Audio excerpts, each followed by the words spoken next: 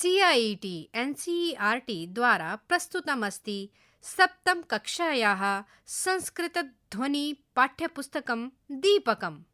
दशमः पाठः। पाठस्य नाम अस्ति दशमः कः। पृष्ठसङ्ख्या 400। अस्य पृष्ठस्य दक्षिणभागे एकं QR कोड् अस्ति। तत्र QR कोड् मध्ये पाठसम्बद्धाम् अन्यां सामग्रीं प्राप्नुमः। अत्र पृष्ठे बहूनि चित्राणि सन्ति। कक्षायाः चित्रमस्ति। अत्र एकः शिक्षकः छात्रैः सह वार्तालापं करोति। छात्राः च औत्सुक्येन तं पृच्छन्ति। शिक्षकः वदति, अयि भोः, गतसप्ताहे संस्कृत ओलम्पियाड् परीक्षा अभवत्। तत्र के भागं गृहीतवन्तः? एका बालिका पृच्छति, महोदय, वयं सर्वे भागं गृहीतवन्तः। द्वितीये चित्रे शिक्षकः पृच्छति, तत्र कः प्रथमं स्थानं प्राप्तवान्? छात्रः वदति, महोदय, विद्याधरः प्रथमं स्थानं प्राप्तवान्। अपरस्मिन् चित्रे शिक्षकः वदति, अभिनन्दनम् अभिनन्दनम्। तर्हि द्वितीयः कः? छात्रः वदति, महोदय, सा प्रीतिः।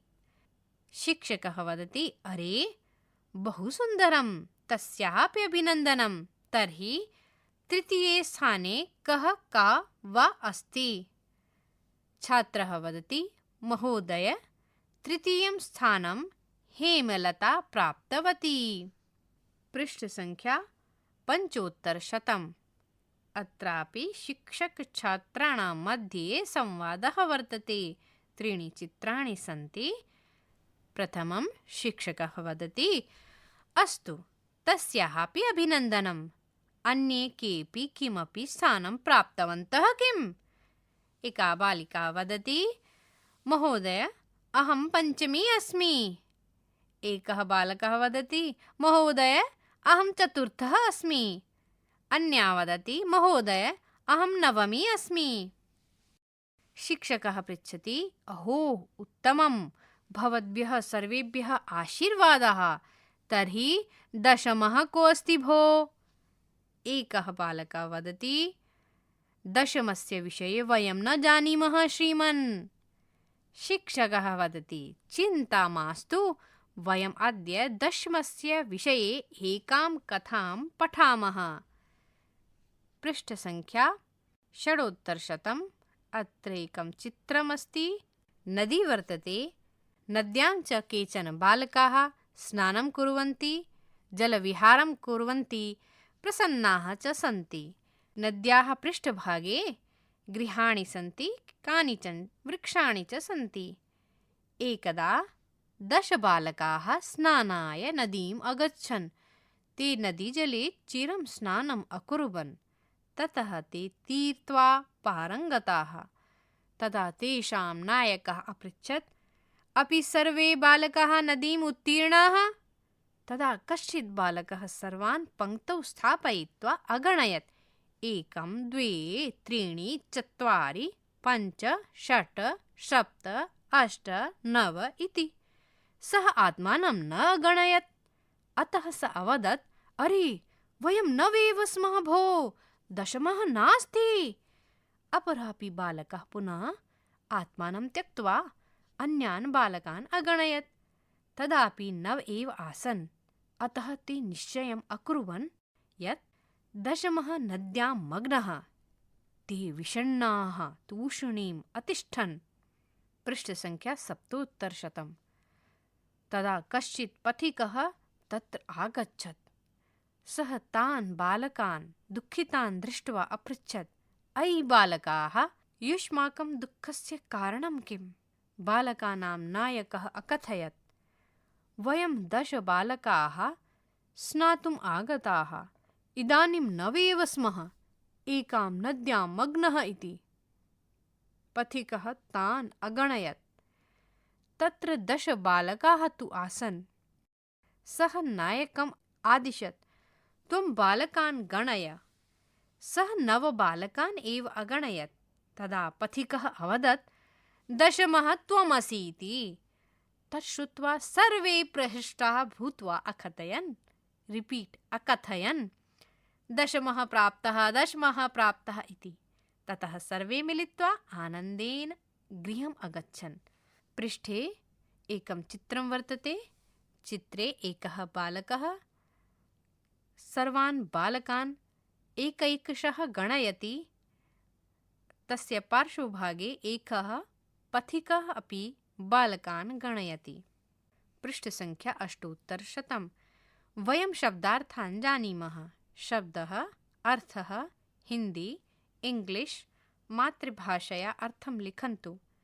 तीर्त्वा, सन्तरणं कृत्वा, तैरकर, हैविंग स्वम, स्नानाय, स्नान निमित्तम, नहाने के लिए, फॉर बेदिंग, चिरम, बहुकाल पर्यंतम, देर तक, फॉर अ लॉन्ग टाइम, उत्तीर्णाः, पारंगताः, पार हुए, क्रॉस्ड ओवर, अपरः, अन्यः, दूसरा, अनदर, स्वम, आत्मानं, स्वयं को, वन सेल्फ, मग्नः, विलीनः, डूब गया, ड्राउंड, विषण्णाः, खिन्नाः, दुखी हुए, सैडन्ड, तूष्णीम, निःशब्दम, मौन, साइलेंट, पथिकः, मार्गगंता, यात्री, ट्रैवलर, अगणयत, गणनां कृतवान्, गिना, काउंटेड, प्रहृष्टाः, आनन्दिताः, प्रसन्न, डिलाइटेड, कतमः, कियत् संख्यात्मकः, कौन सा, विच वन। अत्र मातृभाषया अर्थं लिखन्तु। रिक्तस्थानमस्ति। अत्र शब्दानाम् अर्थं स्वस्वमातृभाषया लिखन्तु। एका मञ्जूषा अधोभागे वर्तते। अत्र इदम् अवधेयम्। संख्यावाचक शब्दानां पूर्णार्थे प्रथमः, द्वितीयः, तृतीयः इत्यादि शब्दाः भवन्ति। यथा एकं पूर्णार्थे प्रथमः अथवा प्रथमा अथवा प्रथमं, द्वे पूर्णार्थे द्वितीयः अथवा द्वितीया अथवा द्वितीयं, त्रीणि पूर्णार्थे तृतीयः अथवा तृतीया अथवा तृतीयम् इत्यादयः। वयम् अभ्यासं कुर्मः। रिपीट। प्रश्न संख्या 1। कोष्ठकात् समीचीनम् उत्तरं चित्वा लिखन्तु। कति बालकाः स्नातुं गताः? कोष्ठके लिखितमस्ति 5, 12, 10। कतमः बालकः नद्यां मग्नः इति निश्चयम् अकुर्वन्? कोष्ठके प्रथमः, दशमः, पञ्चमः। पृष्ठसङ्ख्या 900। दशमः कः आसीत्? कोष्ठके नायकः, पथिकः, नदी। कः सम्यक् रूपेण बालकान् गणितवान्? कोष्ठके नायकः, पथिकः, बालकः। बालकाः कां तीर्त्वा पारंगताः? कोष्ठके पुष्करणीं, समुद्रं, नदीम्। अत्र एकम् उचितम् उत्तरं चित्वा लिखन्तु। प्रश्नसङ्ख्या 2। पाठस्य आधारेण एकवाक्येन प्रश्नानाम् उत्तराणि लिखन्तु।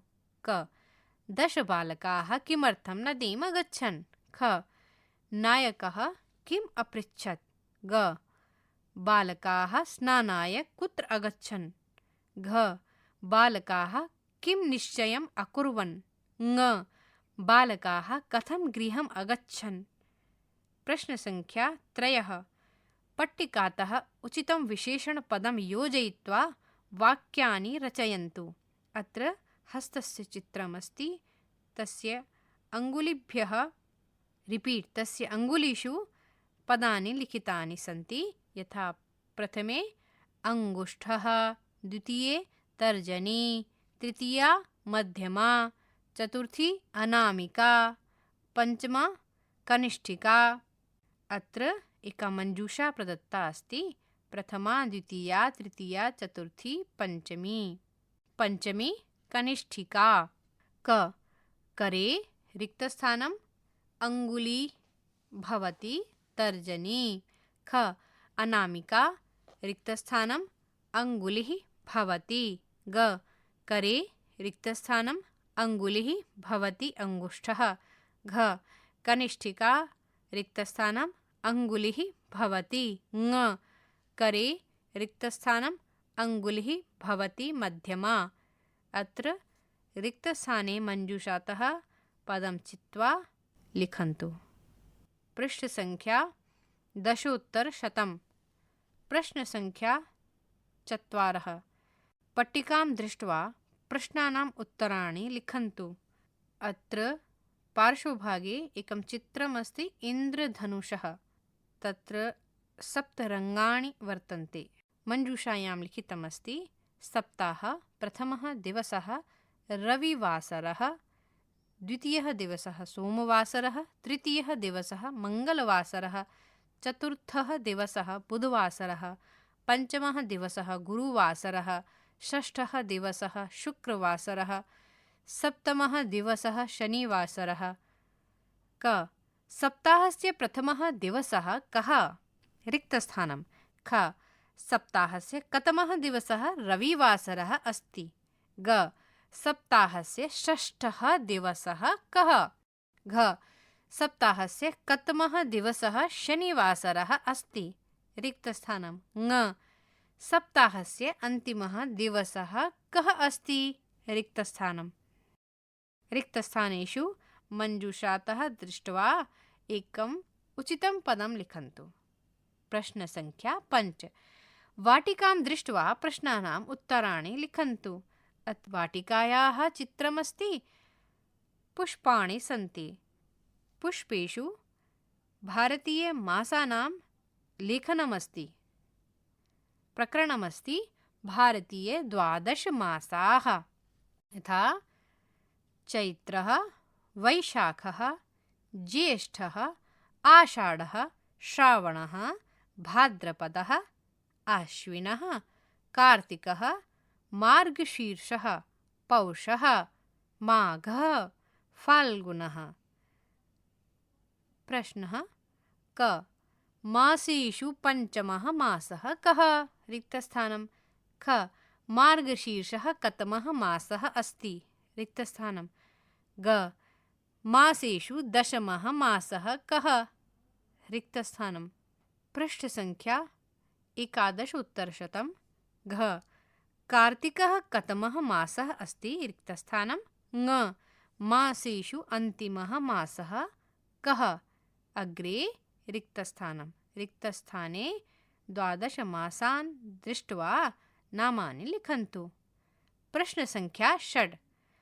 मञ्जूषां पश्यन्तु, उत्तरं लिखन्तु। अत्र एका मञ्जूषा प्रदत्ता अस्ति पट्टिकारूपेण।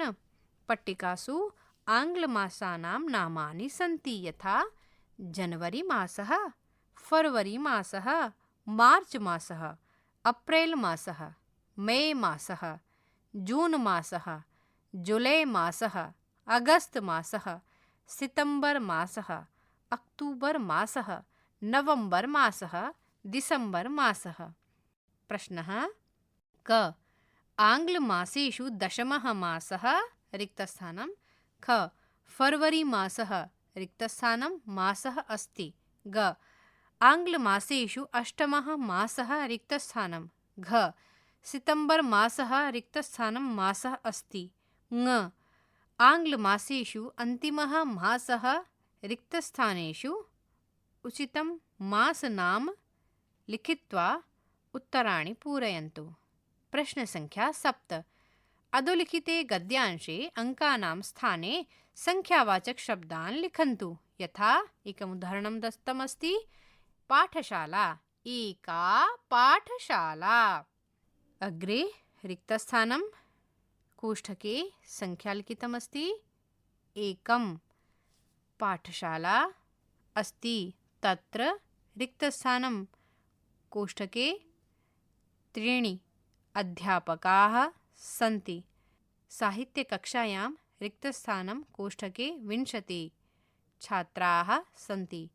एकस्मिन् दिने रिक्तस्थानं कोष्ठके संख्या 1। निरीक्षकः आगतवान्। तस्मिन् दिने साहित्यकक्षायां रिक्तस्थानं कोष्ठके 15। छात्राः उपस्थिताः। रिक्तस्थानं कोष्ठके 5 अनुपस्थिताः। निरीक्षकः रिक्तस्थानं कोष्ठके 10 शब्दान् लेखितुम् उक्तवान्। रिक्तस्थानं कोष्ठके 2 छात्रौ रिक्तस्थानं 7 शब्दान् सम्यक् लिखितवन्तौ। रिक्तस्थानं 1 छात्रः सर्वान् अपि रिक्तस्थानं 10 शब्दान् सम्यक् लिखितवान्। अवशिष्टाः रिक्तस्थानं 12 छात्राः रिक्तस्थानं 9 शब्दान् सम्यक् लिखितवन्तः। अत्र रिक्तस्थानेषु उचितं संख्यापदं लेखनीयमस्ति। संख्या च कोष्ठके उल्लिखितं वर्तते। पृष्ठसंख्या 12 योग्यता विस्तरः। 1 संख्येयशब्दाः। संख्या पूरणशब्दाः। पुल्लिङ्गः स्त्रीलिङ्गः नपुंसकलिङ्गः। 1 एक प्रथमः। 1 मः प्रथमा। 1 मा प्रथमम्। 1 मम्। 2 दो द्वितीयः। 2 यः द्वितीया। 2 या द्वितीयं। 2 यम्। 3 3 तृतीयः।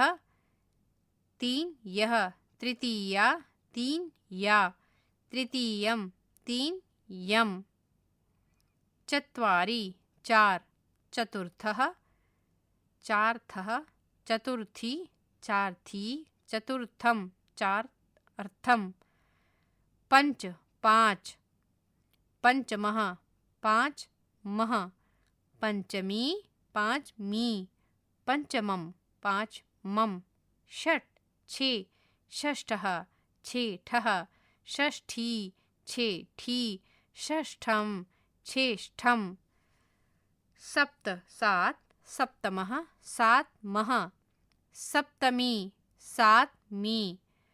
सप्तमं 7 मम्। 8 8 अष्टमः। 8 मः। अष्टमी 8 मी। अष्टमं 8 मम्। 9 9 नवमः। 9 मः।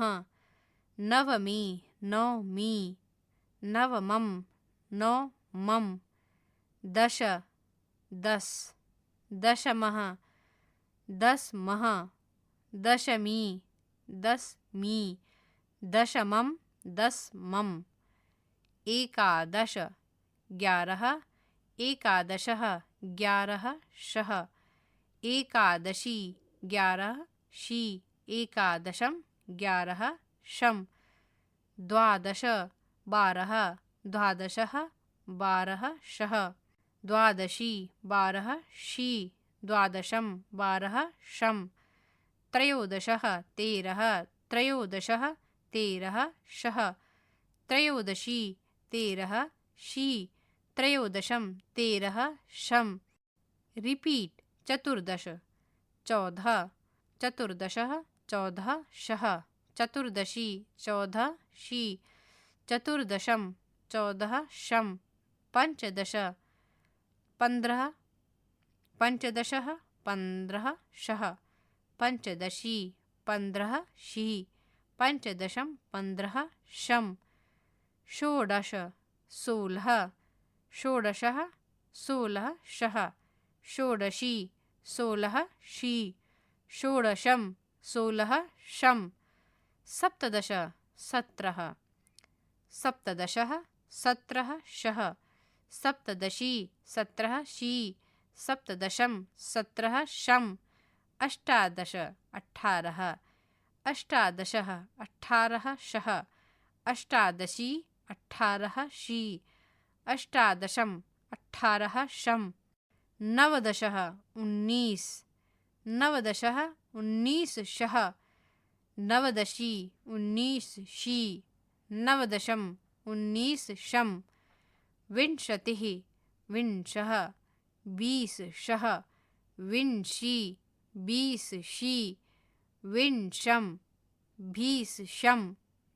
अत्र एकत्र संस्कृतपदानि लिखितानि सन्ति संख्यानां कृते।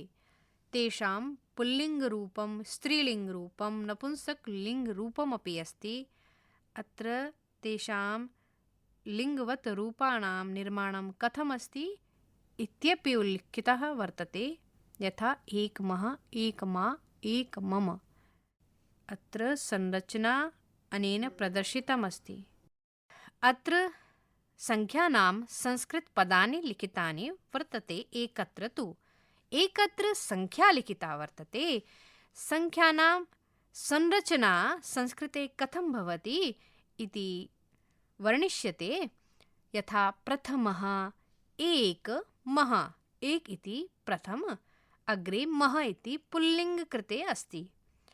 अपरत्र एकमा अर्थात् प्रथमा इति मा इति पदं स्त्रीलिङ्गे आयाति।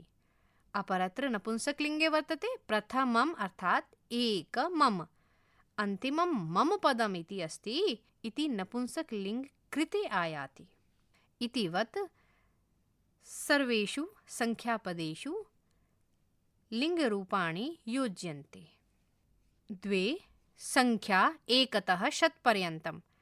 एक एकं दो द्वे तीन त्रीणि चार चत्वारि पाँच पञ्च छे षट् सात सप्त आठ अष्ट नौ नव दस दश 11 एकादश 12 द्वादश 13 त्रयोदश 14 चतुर्दश 15 पञ्चदश 16 षोडश 17 सप्तदश 18 अष्टादश 19 नवदश 20 विंशतिः 21 एकविंशतिः 22 द्वाविंशतिः 23 त्रयोविंशतिः 24 चतुर्विंशतिः 25 पञ्चविंशतिः 26 षड्विंशतिः 27 सप्तविंशतिः 28 अष्टाविंशतिः 29 नवविंशतिः 30 त्रिंशत् 31 एकत्रिंशत्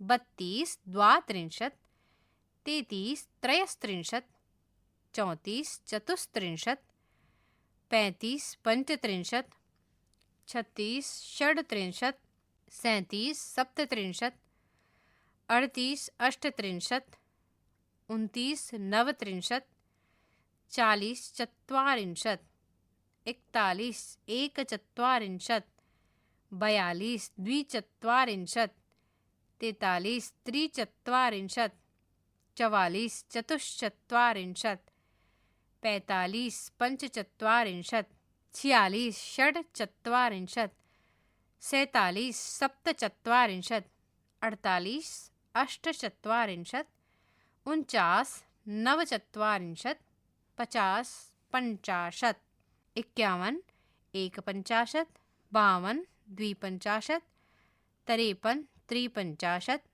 54 चतुःपञ्चाशत् 55 पञ्चपञ्चाशत् 56 षट्पञ्चाशत् 57 सप्तपञ्चाशत् 58 अष्टपञ्चाशत् 59 नवपञ्चाशत् 60 षष्टिः 61 एकषष्टिः 62 द्विषष्टिः 63 त्रिषष्टिः 64 चतुष्षष्टिः 65 पञ्चषष्टिः 66 षट्षष्टिः 67 सप्तषष्टिः 68 अष्टषष्टिः 69 नवषष्टिः 70 सप्ततिः 71 एकसप्ततिः 72 द्विसप्ततिः 73 त्रिसप्ततिः 74 चतुस्सप्ततिः 75 पञ्चसप्ततिः 76 षट्सप्ततिः 77 सप्तसप्ततिः 78 अष्टसप्ततिः 79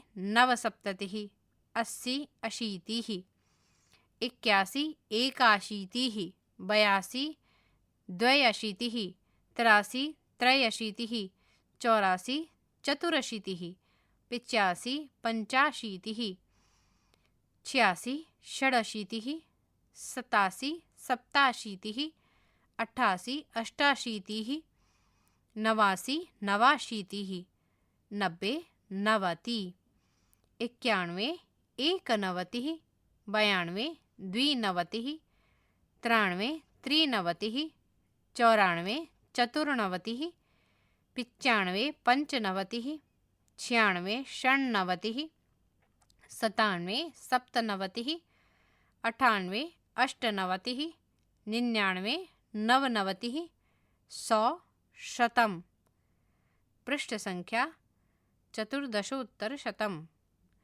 अत्र दक्षिणभागे एकं गणेशस्य चित्रमस्ति।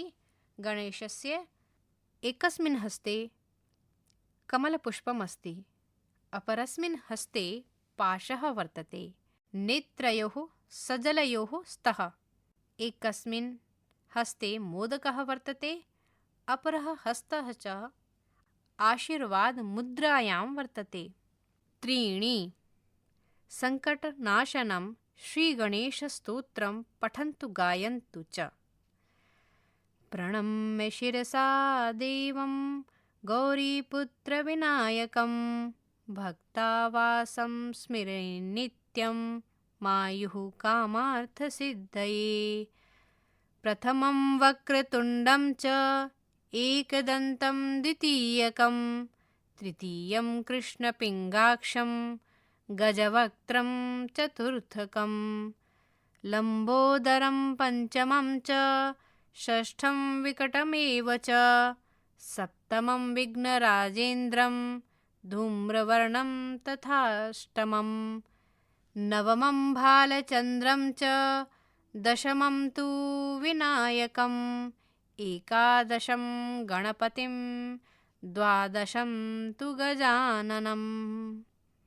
परियोजना कार्यम् एकं पाठ्यपुस्तकस्य पाठानुक्रमणिकां दृष्ट्वा प्रथमपाठतः दशमपाठपर्यन्तं पूर्णप्रत्यान्तशब्दैः क्रमशः पाठानां नामानि लिखन्तु।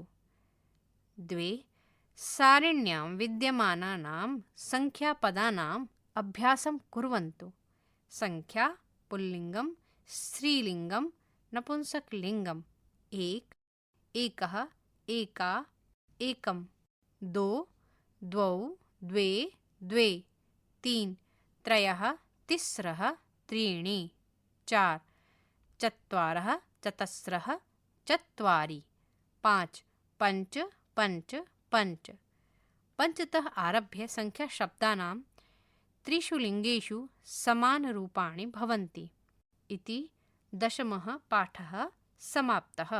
सद्यः भवन्तः शृण्वन्तः सप्तमी कक्षायाः संस्कृतध्वनिपाठ्यपुस्तकं दीपकं ध्वन्याङ्कनं वीरेन्द्र रावत, वाचनस्वरः डॉक्टर चंचल झा, निर्माणसहयोगिनः कुसुमलता, निर्देशनं निर्माणं च विमलेश चौधरी, प्रस्तुतिः च CIET NCERT नवदेहली भारतम्। सद्यः भवन्तः शृण्वन्तः सप्तमी कक्षायाः संस्कृतध्वनिपाठ्यपुस्तकं दीपकं ध्वन्याङ्कनं वीरेन्द्र रावत, वाचनस्वरः डॉक्टर चंचल झा, निर्माणसहयोगिनः कुसुमलता, निर्देशनं निर्माणं च विमलेश चौधरी, प्रस्तुतिः च CIET NCERT नवदेहली भारतम्।